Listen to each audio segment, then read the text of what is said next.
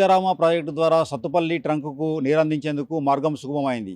రాష్ట్ర భారీ నీటిపారుదల శాఖ మంత్రితో రాష్ట్ర వ్యవసాయ శాఖ మంత్రి తుమ్మల నాగేశ్వరరావు భేటీ అయి నిధులు మంజూరు చేయాలని కోరారు. దీంతో 532 ఎకరాల భూసేకరణకు సంబంధించి ఆషాఢ మాసం సందర్భంగా మన కాసం ఫ్యాషన్స్ కిలో చీరలు కొనండి, అరకిలో చీరలు ఉచితంగా పొందండి. 4వ పంప్ హౌజ్ ఏర్పాటుకు మార్గం సుగమమైంది. 45 కోట్లను మంజూరు చేస్తూ పరిపాలనా పరమైన ఉత్తర్వులు జారీ చేశారు. అయితే సీతారామ ప్రాజెక్టులో భాగంగా బీజీ కొత్తూరు అశాపురం మండలం వద్ద బీజీ కొత్తూరు వద్ద ఒక పంప్ హౌజ్ ఏర్పాటు చేశారు. అదేవిధంగా ములకలపల్లి మండలం వికే రామవరం కమలాపురం గ్రామాల్లో 1, 2, 3 పంప్ హౌజ్లను ఏర్పాటు చేశారు. ఇప్పుడు దమ్మపేట మండలం దిబ్బగూడెం వద్ద 4వ పంప్ హౌజ్ను ఏర్పాటు చేసి అటు అశ్వరావుపేట, సత్తుపల్లి, దమ్మపేట మండలాలకు నీరందించేందుకు 1,50,000 ఎకరాలకు నీరందించేందుకు మార్గం సుగమమైంది. రానున్న రోజుల్లో ఈ పనులు త్వరితగతిన పూర్తి చేసి ఈ సీజన్కే నీరందించాలని, గోదావరి జిల్లాలను ఈ 3 మండలాలకు అందించాలని రాష్ట్ర వ్యవసాయ శాఖ మంత్రి తుమ్మల నాగేశ్వరరావు ఇక్కడ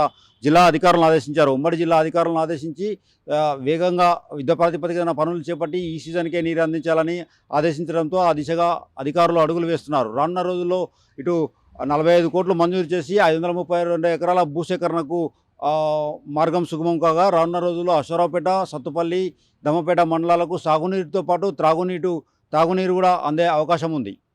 వీడియో జర్నలిస్ట్ నాగేందర్తో హరీష్, RTV, ఖమ్మం నుండి.